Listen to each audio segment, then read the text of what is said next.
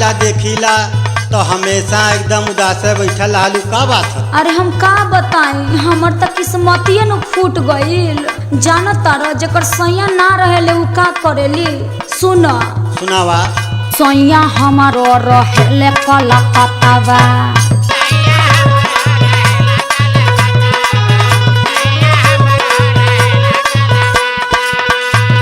राजा हमारो रहेले कलकत्तावा,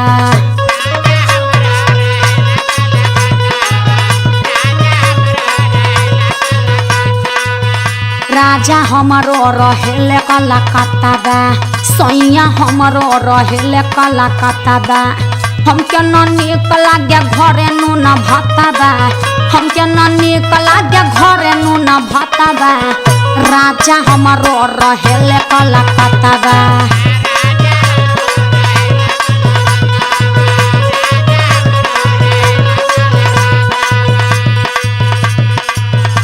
अच्छा तो ई बात बा। तब का भैया कमाए ना चाहिए तो पैसा कौड़ी कहाँ से आई हो? अरे कमाइले जरूरी बा कि औरो कुछ? सुना सुना, तोहार है छोटका देवरवा कहिया कामे आई, सुना। सुनाव। फौजी ऐसे ना छोट कर मनावा,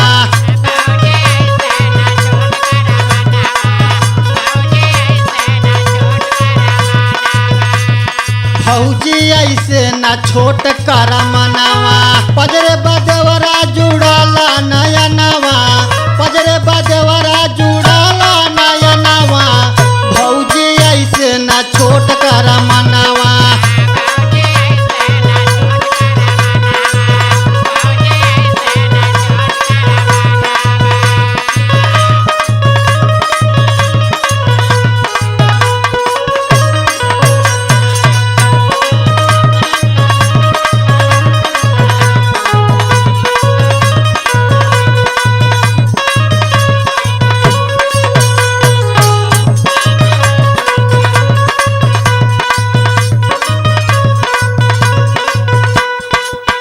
अरे तहर भैया के बात दूसर नु बा हो। तो भैया नियन भाई देवरों के समझा तब न मजा आई। अच्छा हम तहर सब चालाकी जानत हई, सुना। सुनावा। लाली ओठा लाली गोरिया बेला का जरावा,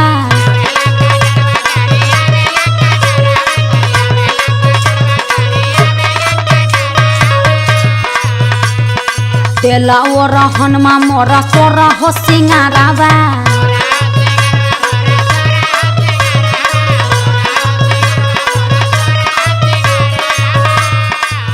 लाली ओठा लाली गोरिया बेला का जरावा, तेला ओ रहनमा मोरा सोरा हो सिंगारावा।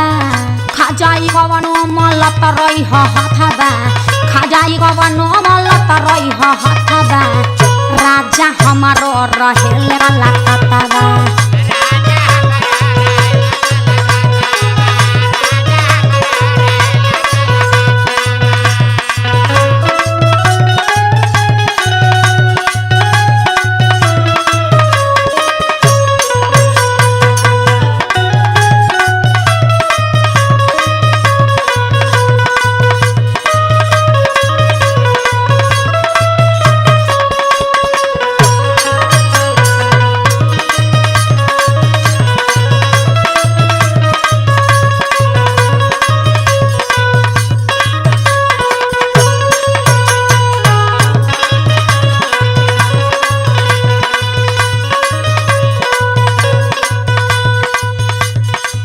अरे तो भौजी अब यह कुल होई हमरे रहत। अरे आई देवरे के साथे रहा, खूब मजा मिली।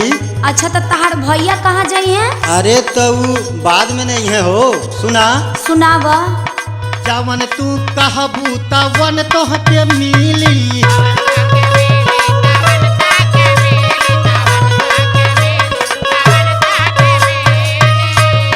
राहुल कलकत्ता रहे चाहे रहे दिल्ली,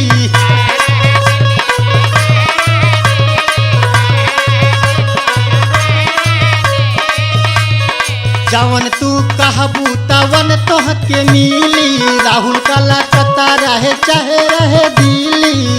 मोतीलाल हरदम बा तोहरे समनावा, मोतीलाल